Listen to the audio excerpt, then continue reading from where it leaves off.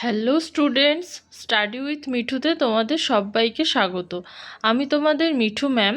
আজকে প্রথম শ্রেণীর সহজ পাঠের তৃতীয় পাঠের প্রশ্ন উত্তর নিয়ে আলোচনা করব। আজকে সহজ পাঠের তৃতীয় পাঠের ওই সাদা ছাতা থেকে কাল ঢাকা ফিরে যাবে পর্যন্ত প্রশ্ন উত্তর নিয়ে আলোচনা হবে। এটা হচ্ছে সহজ পাঠের তৃতীয় পাঠের প্রশ্ন উত্তর পার্ট 1। এখানে ওই সাদা ছাতা থেকে কাল ঢাকা ফিরে যাবে পর্যন্ত আলোচনা হবে। এরপরে সহজ পাঠের তৃতীয় পাঠের পার্ট 2 আসবে। সহজ পাঠের তৃতীয় পাঠ প্রশ্ন উত্তর পার্ট 2 আসবে। সেখানে নাম তার মতিবিল কবিতাটা নিয়ে আলোচনা হবে। আমার কাছে সহজ পাঠের পিডিএফ আছে, আর সেখানে পাতা 29 থেকে 32 ছিল, সেই জন্য আমি এখানে 29 থেকে 32 লিখেছি। তবে তোমাদের সহজ পাঠ বইয়ে তৃতীয় পাঠ 26 থেকে 28 পাতা পর্যন্ত রয়েছে। প্রশ্ন উত্তর কী কী আছে চলো দেখে নেওয়া যাক। নিচের প্রশ্নগুলির উত্তর দাও। দাদার হাতে কী রঙের ছাতা আছে? দাদার হাতে সাদা রঙের ছাতা আছে। দাদা কোথায় যায়? দাদা হাটে যায়। দাদার গায়ে কী রঙের জামা আছে? দাদার গায়ে লাল রঙের জামা আছে। মামার হাতে কি আছে? মামার হাতে খাতা আছে। মামার গায়ে কী রঙের শাল আছে? মামার গায়ে সাদা রঙের শাল আছে। মামা কি কি এনেছে? মামা চাল ডাল এনেছে। মামা কি কি কেনে? মামা শাক আর আটা কেনে। দাদা পাকা আতা কত আনা দিয়ে কেনে? দাদা পাকা আতা 7 আনা দিয়ে কেনে। দাদা আখ আর জাম কত আনা দিয়ে কেনে? দাদা আখ আর জাম 4 আনা দিয়ে কেনে। দাদা হাট থেকে কি কি কেনে? দাদা হাট থেকে পাকা আতা আখ আর জাম কেনে। পাকা আতা আখ আর জাম কে কে খাবে? পাকা আতা আখ আর জাম বাবা কাকা আর মামা খাবে। খাওয়া শেষ হলে কে কাজে যাবে? খাওয়া শেষ হলে বাবা কাজে যাবে। দাদা কত টাকা নিয়ে হাটে যায়? দাদা 4 টাকা নিয়ে হাটে যায়। মামা কি কি আনতে বলেছে? মা কি কি আনতে বলেছে? মা খাজা গজা আর ছানা আনতে বলেছে। কে খাজা গজা আর ছানা খাবে? খাজা গজা আর ছানা আশা দাদা খাবে। কাল কারা ঢাকা ফিরে যাবে? আশা দাদা ও তার ভাই কালা কাল ঢাকা ফিরে যাবে। আশা দাদার বাসা কোথায়? আশা দাদার বাসা গড়পাড়ে। আশা দাদা আজ কোথা থেকে এলো? আশা দাদা আজ ঢাকা থেকে এলো। আশা দাদার ভাইয়ের নাম কি? আশা দাদার ভাইয়ের নাম কালা। এগুলো হলো ফুল সেন্টেন্সে উত্তর। এবার 1-2 কথায় উত্তর দিতে হলে কতটুকু লিখতে হবে সেটা তোমাদেরকে বলে দিই। দাদার হাতে কি রঙের ছাতা আছে? সাদা রঙের। দাদা কোথায় যায়? হাটে। দাদার গায়ে কি রঙের জামা আছে? লাল রঙের। মামার হাতে কি আছে? খাতা। মামার গায়ে কি রঙের শাল আছে? সাদা রঙের। মামা কি কি এনেছে? চাল ডাল। মামা কি কি কেনে? শাক আর আটা। দাদা পাকা আতা কত আনা দিয়ে কেনে? 7 আনা। দাদা আখ আর জাম কত আনা দিয়ে কেনে? 4 আনা। দাদা হাট থেকে কি কি কেনে? পাকা আতা আখ আর জাম। পাকা আতা আখ আর জাম কে কে খাবে? বাবা কাকা আর মামা খাবে। খাওয়া শেষ হলে কে কাজে যাবে? বাবা। দাদা কত টাকা নিয়ে হাটে যায়? 4 টাকা। মা কি কি আনতে বলেছে? খাজা গজা আর ছানা। কে খাজা গজা আর ছানা খাবে? আশা দাদা। কাল কারা ঢাকা ফিরে যাবে? আশা দাদা ও তার ভাই কালা। আশা দাদার বাসা কোথায়? গড়পাড়ে। আশা দাদা আজ কোথা থেকে এলো? ঢাকা থেকে। আশা দাদা ভাইয়ের নাম কি? কালা। যারা ফুল সেন্টেন্সে উত্তর লিখতে পারবে তারা ফুল সেন্টেন্সে উত্তর লিখবে, আর যারা ফুল সেন্টেন্সে উত্তর লিখতে পারবে না মনে করছো তারা এরকম এক দু কথায় উত্তর লিখলেও হবে। এক দু কথায় উত্তর লিখতে হলে কতটা লিখতে হবে সেটা তোমাদেরকে আন্ডারলাইন করে আমি বলে দিলাম। এরপরের প্রশ্ন কি আছে চলো দেখে নেওয়া যাক। নিচের শব্দগুলির সঠিক অর্থ লেখো। হাট, হাট মানে বাজার। শাল, শাল মানে শীতকালে গায়ে দেওয়ার চাদর। বাসা, বাসা মানে বাড়ি। শূন্যস্থান পূরণ করো। দাদা যায় ড্যাশ, গায়ে ড্যাশ জামা, মামা যায় ড্যাশ হাতে, গায়ে সাদা ড্যাশ।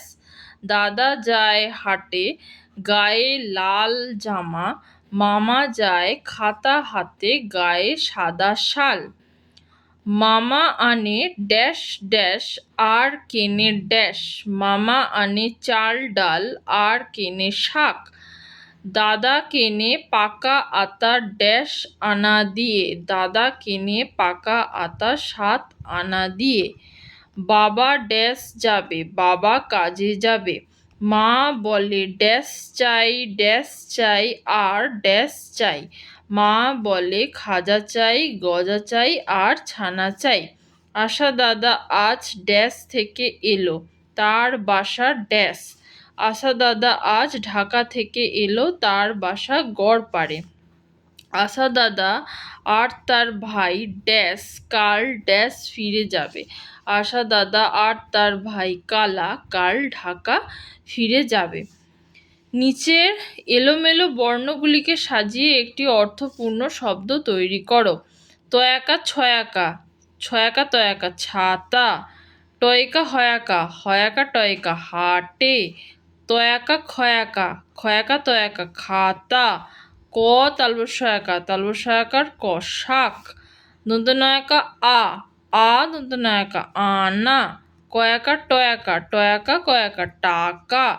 দয়াকা তালবস্যয়াকা দয়াকা আ তালবস্যয়াকা দয়াকা দয়াকা আশা দাদা। কয়াকা ঢয়াকা, ঢয়াকা কয়াকা ঢাকা।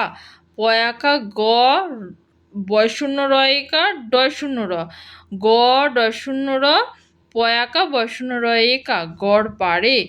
ল কয়াকা, কয়াকা ল কাল। বাক্য রচনা করো।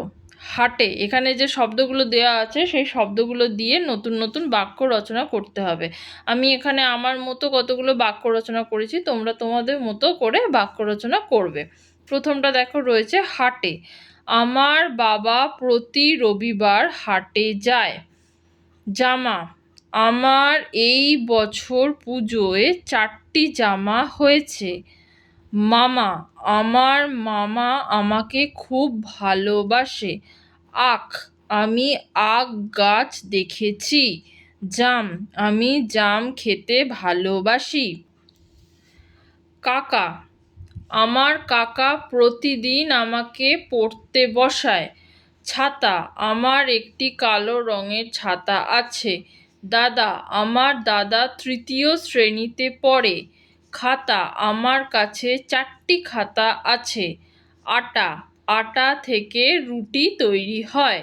ঠিক আছে, পরেরগুলো দেখো। সঠিক উত্তরে টিক চিহ্ন দাও। ওই ফাঁকা ছাতা কি হবে, সাদা নাকি কালো? ওই সাদা ছাতা। গায়ে ফাঁকা জামা নীল নাকি লাল? গায়ে লাল জামা, সেজন্য লালের পাশে টিক হয়েছে।